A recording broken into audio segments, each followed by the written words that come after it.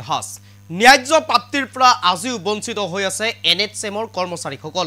ৰাজ্যৰ ভিন্ন প্ৰান্তত এতিয়া অচল হৈ পৰিছে স্বাস্থ্য বিভাগ এনএচএমৰ কৰ্মীসকলে ইতিমধ্যে তিনিদিনীয়াকৈ সাব্যস্ত কৰিছে প্ৰতিবাদ চাৰিটাকৈ দাবী উত্থাপন কৰিছে চৰকাৰলৈ আৰু এই দাবীকেইটা অতি শীঘ্ৰেই পালন কৰিবলৈ আহ্বান জনাইছে চৰকাৰক সমকামৰ সম মজুৰি দিয়াৰ লগতে চাকৰি নিয়মীয়কৰণৰ কেইবাটাও দাবী ইতিমধ্যে উত্থাপন কৰিছে চৰকাৰলৈ আৰু উচ্চতম ন্যায়ালয়ৰ ফালৰ পৰা যি নিৰ্দেশনা প্ৰেৰণ কৰা হৈছিল এই নিৰ্দেশনাক এই পৰ্যন্ত অৱমাননা কৰি অহাৰো অভিযোগ উত্থাপন কৰিছে প্ৰতিবাদকাৰীসকলে এক প্ৰকাৰ যেন ৰাজ্যৰ ভিন্ন প্ৰান্তত এতিয়া অচল হৈ পৰিছে স্বাস্থ্য বিভাগ এনএচএমৰ কৰ্মীসকলে আজি 3 দিন ধৰি সাব্যস্ত কৰি আছে প্ৰতিবাদ চৰকাৰৰ নাই কোনো গুৰুত্ব চৰকাৰৰ নাই কোনো কাণসাৰ এই মুহূৰ্তত সবিশেষ ৰাজ্যজুৰি অচল হৈ পৰিছে স্বাস্থ্য বিভাগ এই মুহূৰ্তৰ সবিশেষ লৈ চেষ্টা কৰিছো ভিন্ন প্ৰান্তত এনএচএমৰ কৰ্মচাৰীৰ কৰ্মবিৰতি চাকৰি নিয়মীয়াকৰণ সপ্তম দৰমহা আয়োগৰ মতে দৰমহা প্ৰদান আৰু সমকামৰ সম অধিকাৰ প্ৰদানৰ দাবীৰে উত্তাল কৰি তুলিছে ৰাজ্য এই দাবী লৈ ৰাজ্যৰ ভিন্ন প্ৰান্তত কৰ্মবিৰতি পালন কৰিছে এতিয়া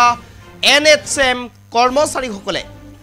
4 মাৰ্চৰ পৰা 6 মাৰ্চলৈ কৰ্মবিৰতি পালন কৰি দাবী পূৰণ কৰিবলৈ চৰকাৰলৈ আহ্বান এনএচএম কৰ্মচাৰীসকলৰ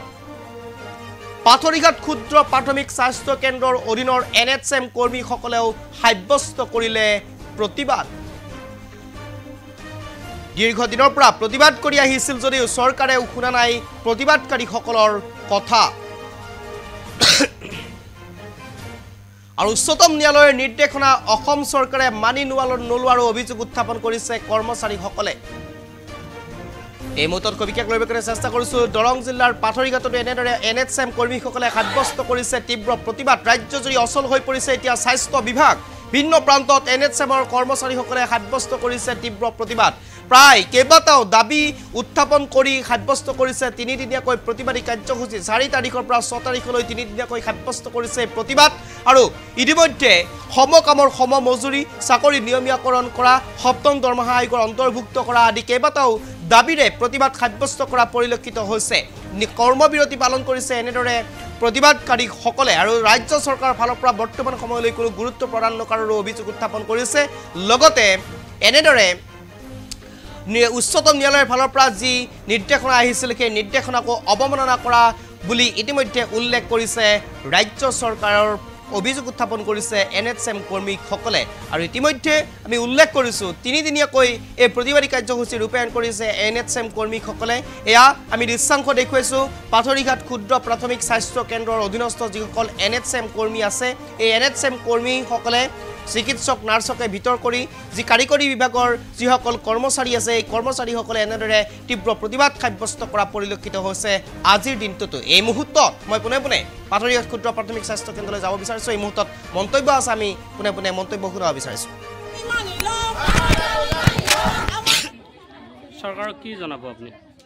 নহয় আমাৰ এনএচএম কৰ্মচাৰীখিনি আচলতে 2006 চনৰ পৰা আমি মানে অৱহেলিত হৈ আছো চৰকাৰৰ দৃষ্টিত মানে আমি যেন কোনো কৰ্মচাৰীয়ে নহয় আমি মানে দৈনিক হাজিৰা কৰাৰ নিচিনা আমাৰ দাবী মানি লওক আমাৰ দাবী ন্যায্য দাবী চৰকাৰক কি জনাব আপুনি নহয় আমাৰ এনএচএম কৰ্মচাৰীখিনি আচলতে 2006 চনৰ পৰা আমি মানে অৱহেলিত হৈ আছো চৰকাৰৰ দৃষ্টিত মানে আমি যেন কোনো কৰ্মচাৰীয়ে নহয় আমি মানে দৈনিক হাজিৰা কৰাৰ নিচিনা মানুহৰ নিচিনাকৈ কাম কৰিব লাগে দিনে নিশাই আমি পৰ্টেলটো হাতত লৈ ৰাতিও কাম কৰিব লাগে ৰাতিপুৱা আহি 8:30টাতে হাজিৰ হৈ পেলাই কাম আৰম্ভ কৰিব লাগে কিন্তু তাৰ বিনিময়ত আমাৰ যিখিনি ন্যায্য প্ৰাপ্য সেইখিনিৰ পৰা আমি সদায় বঞ্চিত হৈ আছো আমি মুখ্যমন্ত্ৰী মহোদয়ক আমি স্বাস্থ্যমন্ত্ৰী মহোদয়ক জিলা উপায়ুক্তসমূহক আমি সদায় মেমৰেণ্ডাম দি আছো যে আমাৰ এইখিনি দাবী এইখিনি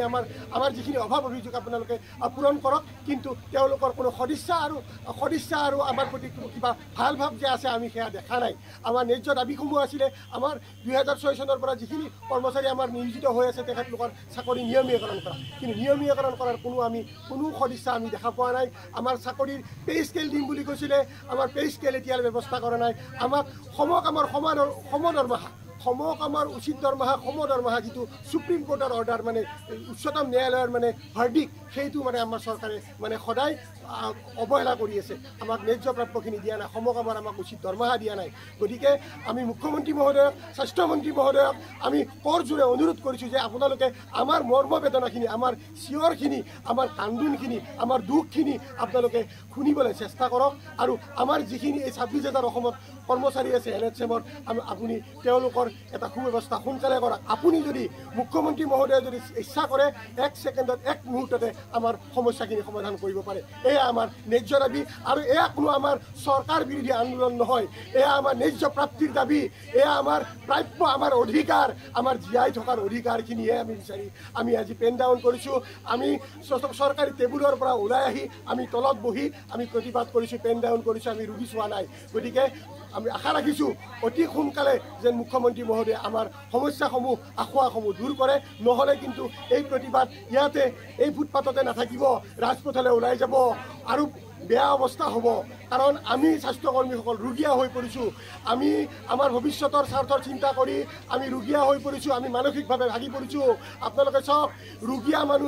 মানুহক কেনেকৈ চিকিৎসা কৰিব স্বাস্থ্যকৰ্মী এখন ৰাজ্যত যেতিয়া স্বাস্থ্যকৰ্মী মানসিক ৰোগীয়া হৈ যায় সেই মানসিক ৰোগীয়া স্বাস্থ্যকৰ্মীয়ে অইন ৰোগীক কেনেকৈ চিকিৎসা কৰিব গতিকে মুখ্যমন্ত্ৰী মহোদয় আপোনাক আহ্বান জনাইছোঁ সময় থাকোঁতে আপুনি এই সমস্যাখিনিৰ সমাধান কৰি দিয়ক নহ'লে কিন্তু আগন্তুক দিনত এই প্ৰতিবাদৰ কাৰ্যসূচী কি ৰূপ লয় তাৰ কাৰণে আপোনালোকেই এদিন জগৰীয়া হ'ব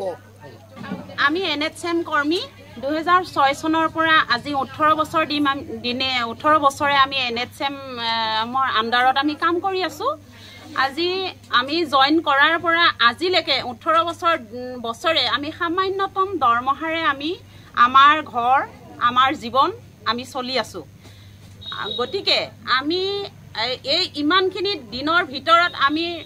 চৰকাৰক মুখ্যমন্ত্ৰী মহোদয়ক বা চৰকাৰক বিভিন্ন ধৰণে আমি তেওঁলোকৰ লগত যোগাযোগ কৰিছোঁ তেওঁলোকে আমাৰ দাবীবোৰ আমি জনাইছোঁ তেওঁলোকে এই দাবীবোৰত কোনো ধৰণৰ আমাক সঁহাৰি দিয়া নাই আজিলৈকে গতিকে আমি গোটেই অসমৰ NHM কৰ্মীসকলে 4 মাৰ্চৰ পৰা আমি কৰ্মবিৰতি আন্দোলনত নামিছোঁ আজি দ্বিতীয় দিন আমি আজি এই কৰ্মবিৰতি আন্দোলন কৰিবলৈ